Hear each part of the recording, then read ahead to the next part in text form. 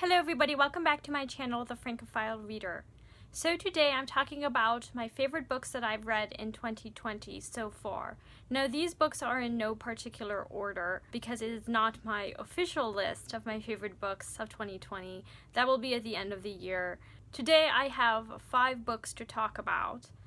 Some of them are French language texts and some of them are English language texts, and they actually cover a few different genres.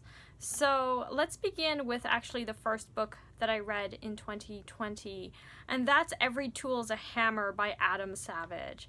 Now, this book is very different from the other works on this list because it is a self-help book written by Adam Savage, who was one of the 2 co-hosts of Mythbusters, and he basically talks about how he became this machinist and how he got his opportunity on the show, but it's mostly about the tips and tricks that he has learned over the years about how to streamline the process and how anybody can think of themselves as a builder even if they are not carpenters or machinists, how this mindset of being a builder can help people accomplish the projects that they want to accomplish. I made an entire video about this book talking about the main tips that I took away from this book. I definitely recommend it. It is not well written, not whatsoever, and it's very clear that Adam Savage wrote this book himself. He did not hire a ghostwriter, and he even says himself this is the first time he's ever written a book.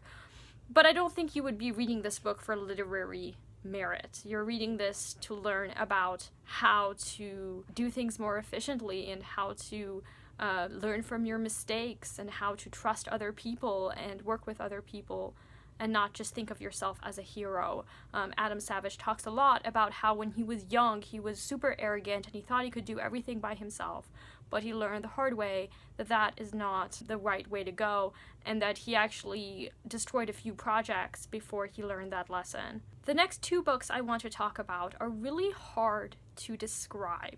The first is a 15th century series of poems called The Testament, or Le Testament in French, by the poet François Villon. François Villon is an author whose reputation is shrouded with myth and legend.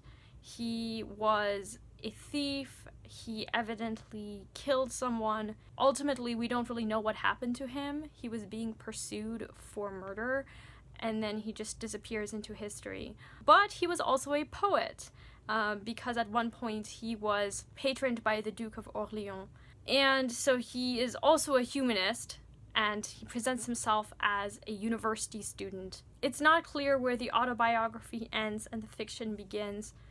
To say that this work is an autofiction isn't entirely accurate, because we really don't know what is true and what is not. This is really a series of ballads and octosyllabic poems and rondeaux about loss, about death, about testament, about the idea of a testament as confession of oneself, confession of one's past, but also as the objects that one bequeaths to one's friends, relatives, and, in the case of François Villon, enemies. It's a very challenging read because some of the poems are written in jargon, so they're written in jargon in French, in slang, so it's quite hard to read in French. Even if you were to read the modern French or to read an English translation, it's equally challenging. But there are certain ballads that I just think are absolutely brilliant, like the ballad of Yesteryear, or the ballad of Hanged Men, La Ballade des Pendus, which is really, really famous. And overall, I found the work to be quite powerful in its meditations on death and life, and poverty and wealth, and power and justice. And it's definitely a book I recommend. And once you read it, you'll know why it's so hard for me to describe this book. I've wanted to make a video, but I would really need to do more research, even though I've already done quite a lot of research, make sure that the video makes sense. And the other book that is also really hard to talk about But up until very recently, it was my favorite book that I've read so far in 2020. And that's Cahiers d'un retour au pays natal by Aimé Césaire. This book is translated as Notebook of a Return to the Native Land. It is considered the foundational text of the Négritude movement, which was a Francophone movement focusing on Black liberation and Blackness after colonization. So it focuses on post-colonial theory, politics. And really emphasizes literature that promotes Black liberation. Here is how Aimé Césaire, who is kind of seen as the father of the Négritude movement, describes this movement. He says, "It is the simple recognition of the fact that one is Black, the acceptance of this fact and of our destiny as Blacks, of our history and culture." In this work, Cahiers d'un retour au pays natal, Aimé Césaire interrogates the different colonial imagery that Black people in Martinique have been taught, and how he, having returned from France, where he was educated, feels about these images now that he is back in Martinique.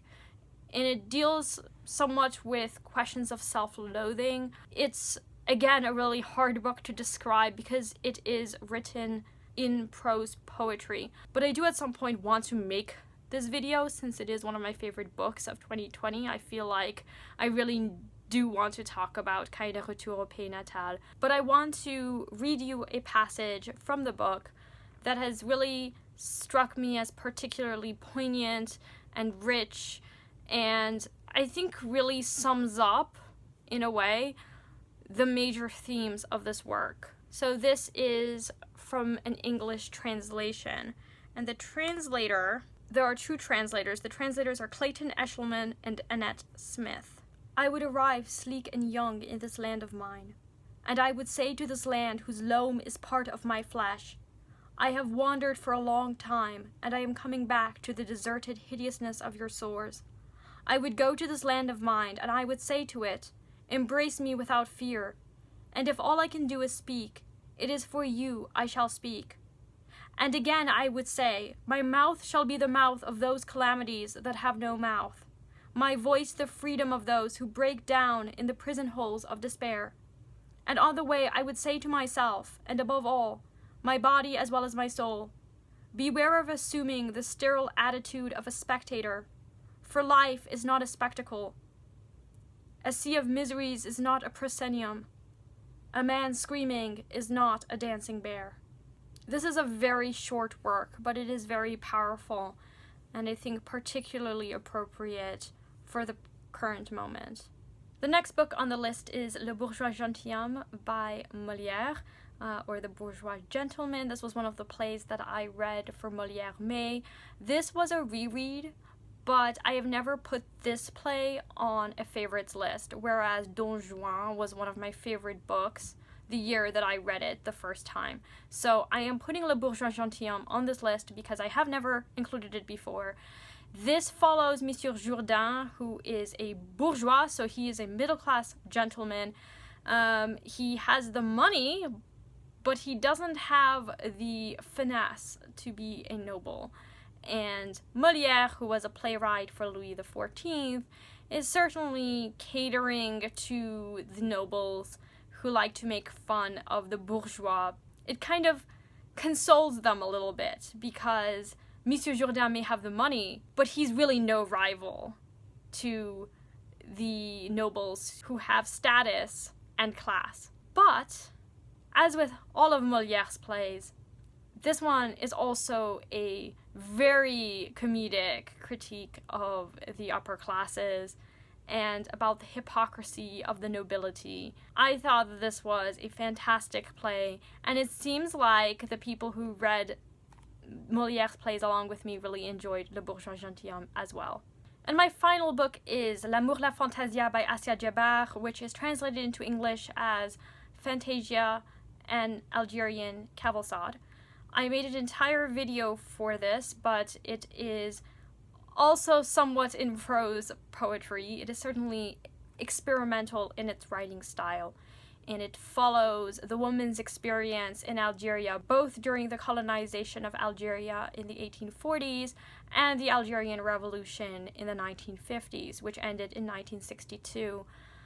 It is partially autobiographical, as the author talks about growing up as a Muslim girl in Algeria during the revolution.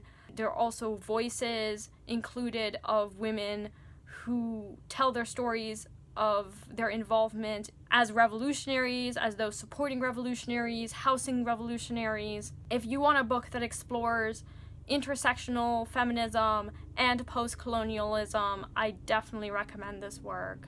I think it's very, very powerful and beautifully written. I hope to read more by Assia Djebar soon. So those are all the books that I've loved in 2020.